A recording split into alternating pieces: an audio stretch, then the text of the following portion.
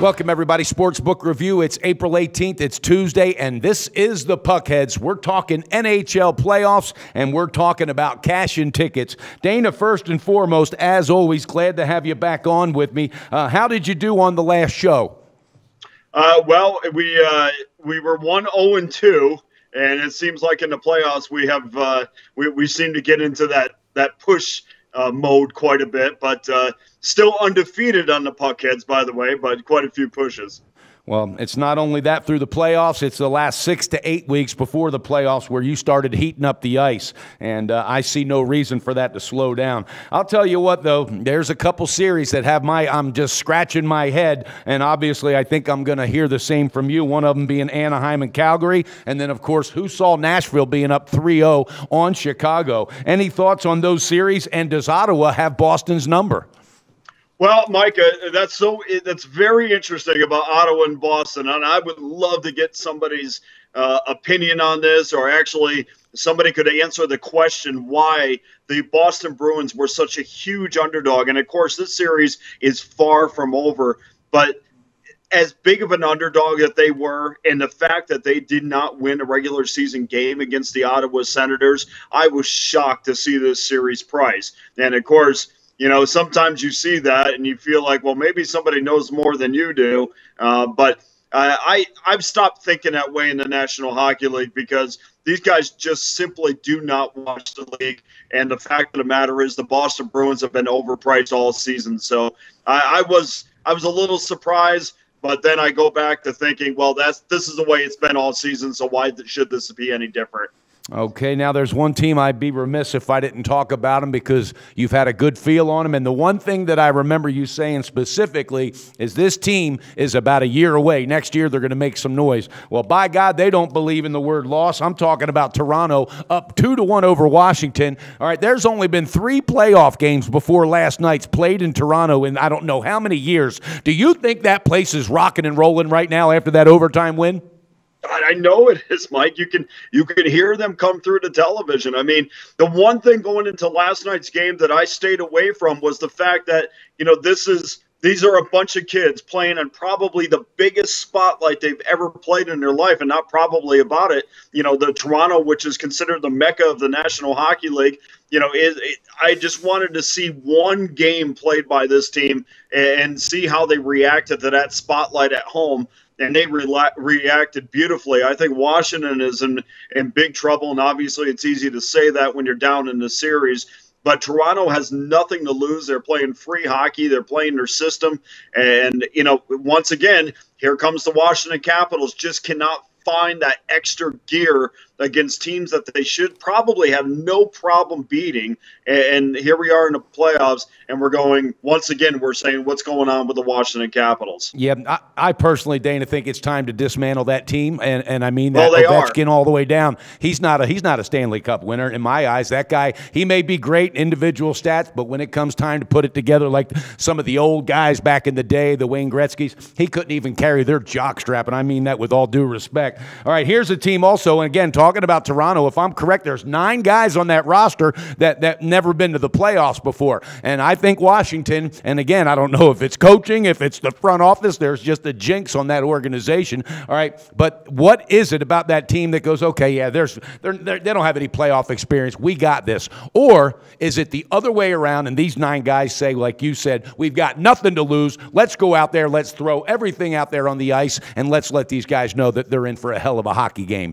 All right, with that being said, do you think Toronto can grab this series, or is it something that Washington can overcome? Well, I mean, I still think Washington on paper is the better of the two teams, and I try not to overreact because of what I just saw. But certainly if on the Maple Leafs, I have a ton of confidence with another home game coming up. And let's not also forget the pickup of Brian Boyle has been absolutely huge. A big body, 6'4", 220, a huge pickup for the Toronto Maple Leafs. And, you know, you see all these teams that you don't expect to do well because they're young. The Montreal or the Edmonton Oilers, the Toronto Maple Leafs, they all have these key veteran guys that keep them grounded. Edmonton has Milan Lucic and Patrick Maroon and Boyle for Toronto and Freddie Anderson for Toronto. All these guys are good locker room guys we focus so much on the Austin Matthews and the Mitch Marners that we don't remember that there are guys in these locker rooms that know how to win, that have won in the past, and are probably a settling force amongst the kids. Yeah, well, I think it's just exciting for Toronto in itself, and because as a child growing up, Maple Leafs, I mean, Cesar Maniago, if I'm correct, you remember that goaltender? I have no idea who that is. My God, I'm older than you, but I didn't know I was that much older than you. Cesar Maniago. Somebody out there chime in and help Brenner out here on this one. All right, Dana, I could talk hours hockey with you. There's no doubt about it. Let's get into tonight's slate. I'm going to have 2 picks. Let's start off with Montreal at New York. Montreal's got a 2-1 lead at the Rangers, and in my eyes, this is do or die for the Rangers. They got to get this one at home. Any thoughts on that game, or do you have a pick on that game? Yeah, that's one of my picks, Mike. I mean, I have to go with the Montreal Canadiens. I picked the Canadiens to win this series beforehand, and now they're back at MSG, a place that the Rangers have lost 6 straight playoff games. This is just not a place where the Rangers feel comfortable. They look way more comfortable on the road this regular season. So until they can show me, and I remember, Mike, I'm a guy that I need to see things. I can't cross my fingers that something's going to happen. I know what the Rangers are, and they're not a consistent home team. I think the Montreal Canadiens are a little bit faster. I think they're better on the power play, which was huge in Game 3. And until the Rangers can solve those problems, there's no way that I can go against the Montreal Canadiens. I just think Montreal's the quicker of the 2 teams, which is interesting because a lot of people after Game 1 said the Rangers look faster. But let's also keep in mind there are little adjustments that are made by teams to slow other teams down and to disrupt their offensive flow. And I think Montreal's done a good job of that. So we'll take Montreal minus $1.05 over the Rangers tonight. All right, great breakdown there. All right, Pittsburgh is at Columbus Blue Jackets, and I don't know. This is a team I'm just wondering about. They had so much steam moving forward, and then Pittsburgh, they found that groove and said, hell, we're going to defend this cup, and until somebody takes it, there's nobody going to say anything different. With that being said, I like it. I'm going with Pittsburgh. I don't think they want Columbus to breathe any life into their own selves. Do you think this is possible to get the sweep tonight? No, it certainly is possible, Mike, and I guess I contradict myself a little bit because this is kind of a cross my fingers and hope it happens type thing. I mean, the only thing that I liked a little bit about Columbus was the fact that I've seen them jump out to a lead on Pittsburgh, so they know that they can do it. They just have to learn how to close out games. And don't forget, in Game 3, they did have a 3-1 lead. One important guy in that locker room is Scott Hartnell. I mean, Scott Hartnell was part of that 2010, you'll remember this, 2010 Flyers team that was down 3-0 to the Boston Bruins, and I believe in Game 4 they were even down as well, came back and won Game 4 and the series. So I'm sure they're drawing on his experience there. But you figure, obviously Columbus has to win this game, and if they're going to win it, they have to win a low-scoring game. They are getting Zach Calvert back. Obviously, Werenski is going to be out, so that's kind of a trade-off there. Actually, I'd rather have Werenski in the lineup. But look, I'm going to ride Columbus, and we're going to go with the under. If you told me they were going to sweep this series to start, I probably wouldn't have said that was going to happen. But this is really, if they sweep this series, and remember, the Penguins are my pick to win the Stanley Cup, this could be the best thing to ever happen to the Penguins if they sweep this series and sit back and get healthy and watch Toronto and Washington battle each other. So I could definitely see the Penguins winning tonight, but at even money at home, where Columbus is particularly strong, I think it's at least worth the shot to coincide with the under. Okay, and what was the best shop line for the under, and what was it set at? Under 5.5 minus $1.05. You can find that at Bet Online. Fantastic. Bet Online there. Okay. You know what? Now I'm going to go with it because I think Pittsburgh realizes, guys, if we get this sweep, we're going to have time to rest. We're going to get a little bit healthier, and we're going to be able to break down these other teams and really get an edge on that. With that being said, I think Pittsburgh really kind of feels in its own way that maybe this is a must-win for them moving forward, realizing that they can capture the title again. So that's what I'm going to go with. I had it at plus 100. I'm taking Pittsburgh to get the sweep and bring the broom out, baby. All right, Oilers at San Jose. Oilers up 2-1. I love this team as a fan. I'm just pulling for them, and I'm mean I'm pulling for them. Do you think they can get one at San Jose, or do the Sharks have enough gas in the tank to say not on our ice?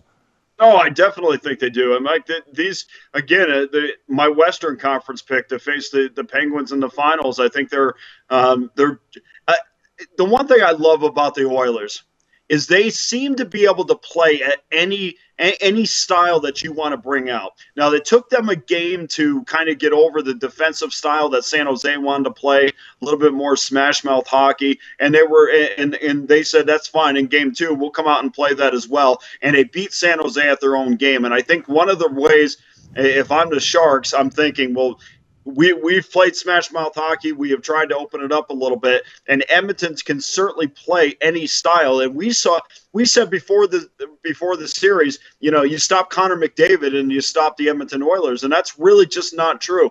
Again, those great locker room guys, Lucic and Maroon, and Cam Talbot's been absolutely fantastic with 2 shutouts in 3 games. So they also. One important aspect in the playoffs, Mike, is how much depth do you have?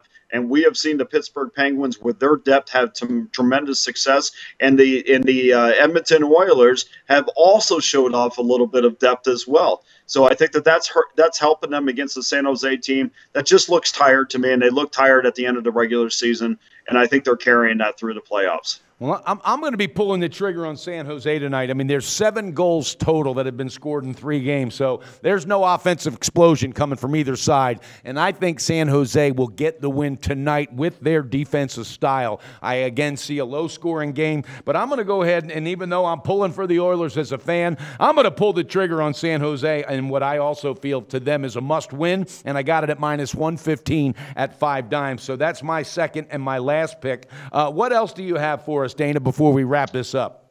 No, basically, Mike, we're going to ride with those 3 plays to be Columbus tonight. Even money, we're going to go with the under 5.5 at -1.05, and Montreal -1.05 of the Rangers.